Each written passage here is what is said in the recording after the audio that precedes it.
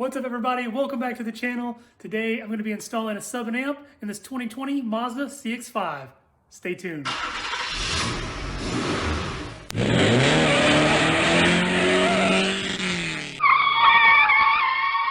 For those that don't know, Brittany and I have a little boy on the way who is due any day now. So a few months ago, we decided to trade in her little Civic Si and get her a new mommy mobile, which is this Mazda CX-5. So this is the sub and amp that came out of her car. So I'm just gonna be reinstalling it back into this. The first thing that I'm gonna do is run the main power wire. I'm gonna be using a 6-gauge power wire for this setup. So if you look in the very back corner back there, that little round black thing is the main grommet for the main wire harness. So usually I would simply cut a hole in that, run my power wire, and that usually works great. These things are hidden behind, so they're completely waterproof, but I'm gonna go on the inside and show you what I'm gonna do differently. Looking at it from the interior, the main wire harness is very conveniently located right above the brake pedal and to the left. So all you have to do is remove this little foam round piece and it'll expose that. So like I said, usually I would cut a hole and just run it like that, but because this is so it's so easy to get to, I'm actually just gonna pull this aside, drill a hole, and put my own grommet in there and run my power wire just like that. Like I said, I'm using a 6-gauge wire, so I just ran up to Lowe's and got some little grommets here. These are 5/16 inner diameter, and this wire fits perfect in these things. It's nice and snug, so it should be really weatherproof. So what I'm gonna do now is just come from the inside here and just get my hole drilled next to that wire harness.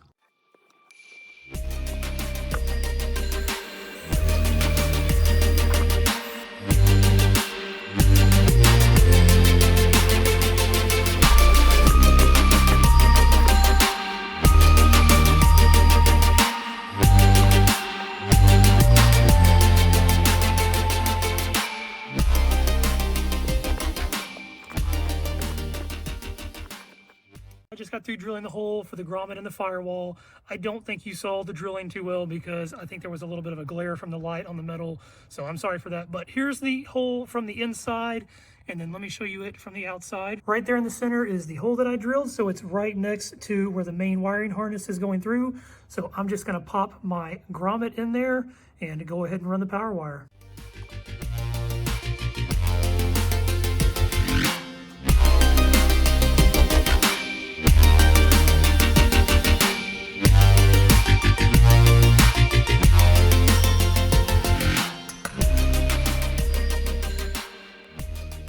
I've got my power wire ran through the grommet and the firewall, so here it is on the inside, and then coming around under the hood, here is what it looks like coming in from the outside. So this thing has a very, very, very tight seal. It was actually kind of hard pulling this thing through that grommet, but it slips through just enough. So it's got a really, really, really good seal on that thing. I'm really happy about that. So I've already started wiring this up. So I've got my inline fuse connected to this little piece of wire, and then this is the end that will go to the positive terminal of my battery. So I'm gonna go ahead and get this end connected up. I'm not gonna connect it to the battery yet. And then once I get this piece wired into the inline fuse, I'm gonna go ahead and start running the power wire through the inside of the cab of the car. The first piece of trim that I'm gonna have to take off is this little piece right here. So it's 3 or 4 clips underneath. These clips can be kind of stubborn to come loose sometimes, so I do have this little trim tool. But if you give it enough force with your fingers, it'll pop up also. So I've already taken this one apart. So if you lift it up here, you can see where the stock wiring harness runs through. The next piece to remove is going to be this little fuse box cover. So there's a little slot where you can put your finger, just pull on it, and that'll pop right out. With these 2 trim pieces removed, all I'm gonna do now is run the power wire along with the existing factory harness and then come through right here where the fuse box was at, and then drag it all along with this existing conduit all the way back to this trim piece back here.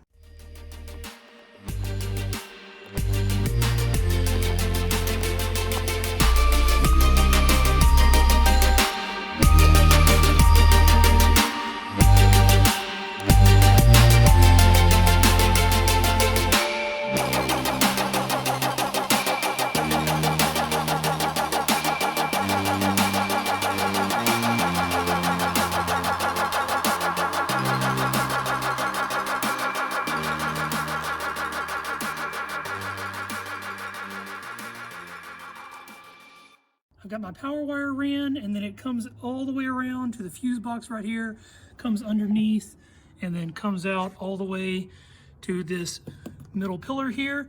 So what I've got to do now is remove this other back centerpiece. So same thing, 3 little clips. They're kind of hard, but just give it a little bit of a tug and they will come loose, but it just pops clean just like that. And then what I've got to do now is same thing with this middle pillar. It's just a bunch of clips. You just got to pop them out all the way around, and then we can run the wire through this middle section and then all the way to the back and then into the trunk back here.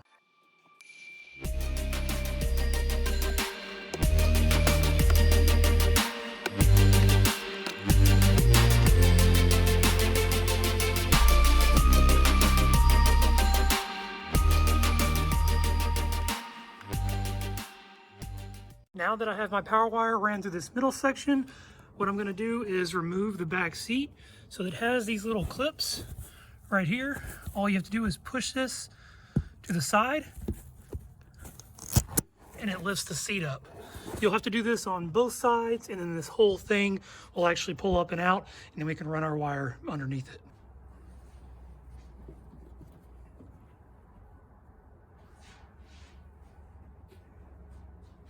If you didn't see that the first time, so the little clips are on the front right here. So you just kind of have to push the seat down, push this to the side, and then it'll lift right up. And like I said, there's another one right there on the other side. So now that I have the back seat removed, I can go ahead and run my power wire underneath this piece of trim and then come out somewhere right underneath here. And then what I'll do is fold this down, and then I should be able to pull my power wire straight up the crease back here into the trunk of the car.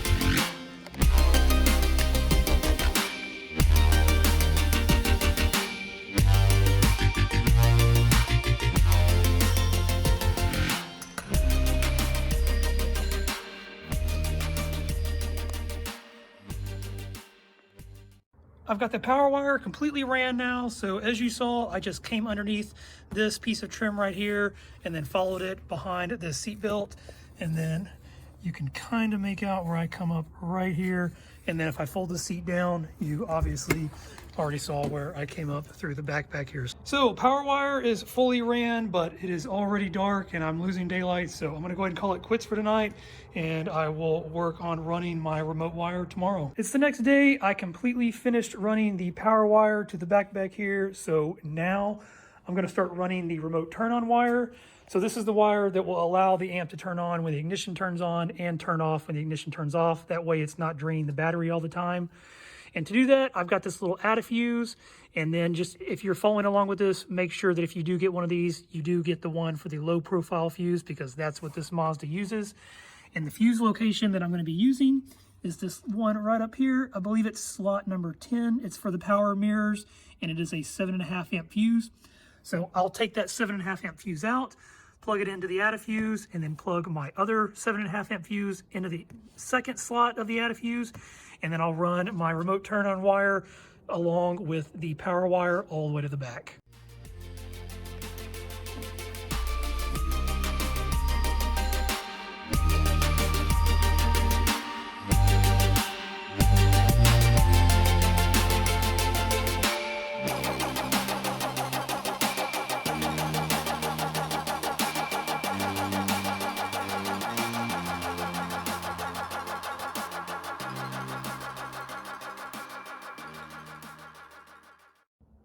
I've got my remote wire ran, so it just runs right next to the power wire, and then I ran it all along, all the way back here, right next to the power wire the whole way. Now that I've got both of these wires ran, I'm going to go back up to the front and start running my signal wires and RCA cables.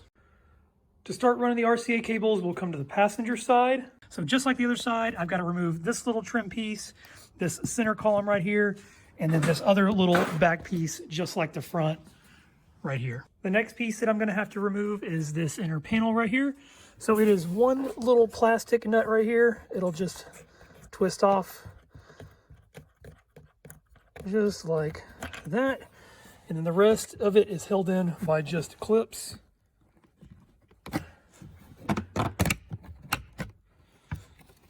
Just like that. Now that I've got this panel removed, I'm going to go ahead and remove the glove box here. So you just pop it down. You have a little damper on the side. You just push it to the side over here. It'll click out, and then you'll have a hook right here, a hook on the top side over here, and then you'll have 2 hooks in the bottom after it drops down.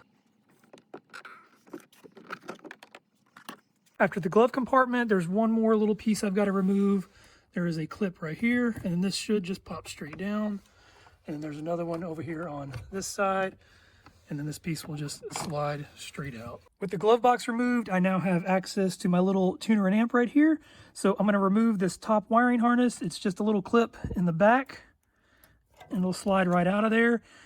And these are the wires that we'll be tapping into for our signals. The wires that I'm going to be tapping into for the signal are going to be this second set of light green and yellow wires.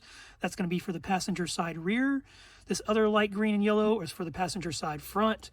And then the other ones that I'm going to be tapping into on the bottom down here is going to be this second set of dark green and brown. To tap into these wires, I'm going to be using these little posy or posy taps. So if you've never used one of these, the way that they work is the wire that I'm going to be tapping into will lay down into that little crease right there, and then that little pin will just puncture the outside sleeve to get the signal. And then for my line out converter, my wire will actually run through that little hole right there, and then as I twist this down, it'll wrap around that post. I've got all of my signal wires spliced into. I'm sorry I couldn't show you this, but there is very limited space when working down here. So if you are doing this yourself, just take your time. It does take a little bit of patience because there's not a whole lot of room, and this wiring harness doesn't have a whole lot of play. But I've got them all spliced in there. You can see all of my little taps in there, and then I've got my line out converter all connected up. So I'm going to go ahead and hook up the RCAs and run them all the way back to the back, just like I did the power wire on the other side. I've got my RCA wires ran, so here is my line output converter. I just zip tied it to a little bracket up there so it's out of the way, and it'll be hidden once I get these panels back on. And then my RCAs just run down and along the side here, all the way back into the trunk back here, just like the power wire and the remote wire did on the other side. So the only wire that I've got to do now is my ground. For my ground, I'm going to be using this bolt right here that's already holding down these other 2 grounds. My ground wire ran very simple, so you can see it there underneath that bolt. And then if I pull the back seat down, it just pops up right there in the back. I've got all of my wires ran, so I'm going to get everything kind of cleaned up now, cut some of these to length, and then get the amp wired up. The amp and sub are all wired up, so taking a look at the amp from the back side here, I just attached it to the box with some screws and then zip tied all of my wires together nice and neat so you don't see any of them from the back side there. So let me run up front and I will turn some music on and let you hear this thing bump.